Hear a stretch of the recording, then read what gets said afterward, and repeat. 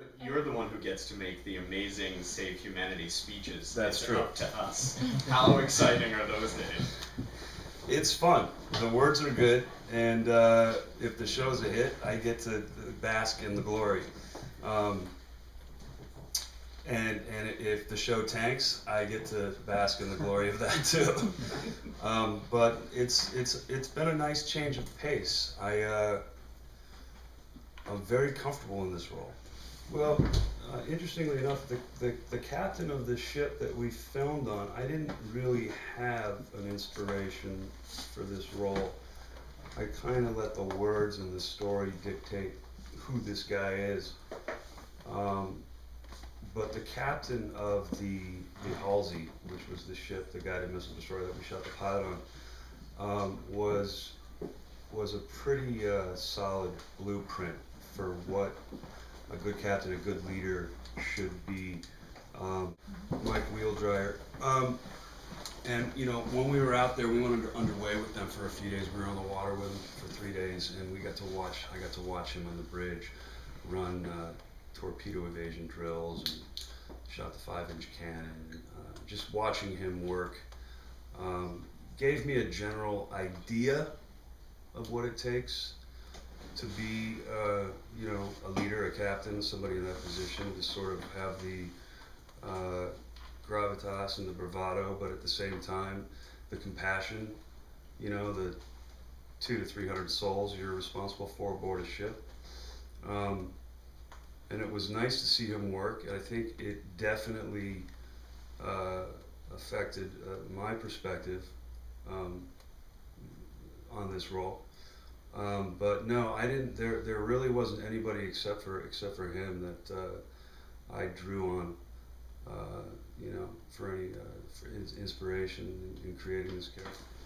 Well, I love Crimson Tide. That was a great movie. You know, I just, you know, I'm a guy, and I like playing with toys and, you know, guy stuff, and this just seemed like it seemed like a great fit. You know, I mean, who doesn't want to be the captain of a guided missile destroyer? Well, I think he's an honorable character. I think it's nice to be on the right side of things for once. Um, he's a family man. He's a Navy man, and there are some parallels between himself and myself. I think I'm a lot closer to this guy than I was to Mark Sloan. But I find him to be an incredibly honorable and sincere person. There's a lot of truth to him, and my only hope for the performance is that truth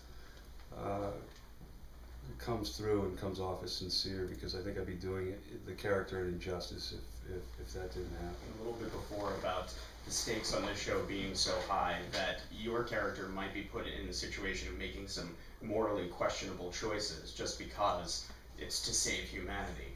Can you talk a little bit about that, and is that an interesting aspect for you to play? Yeah, it is. And thinking back, looking back, I don't know if I've had to make some moral choices that cost lives or anything of that nature, but it is an interesting thing to play. I mean, you know, you gotta be you gotta, you know, in the decision making, it's a completely selfless thing for a captain. It's the crew first, and what's good for the crew, what's good for humanity, and you know, I say the decisions, I don't write the decisions. You know, I got writers for that, but they've all guided us really, really well throughout this thing, and it's been a lot of work. It's been a lot of work. You know, we've cross-boarded the entire season. We've shot the first 3 episodes at once, at the same time.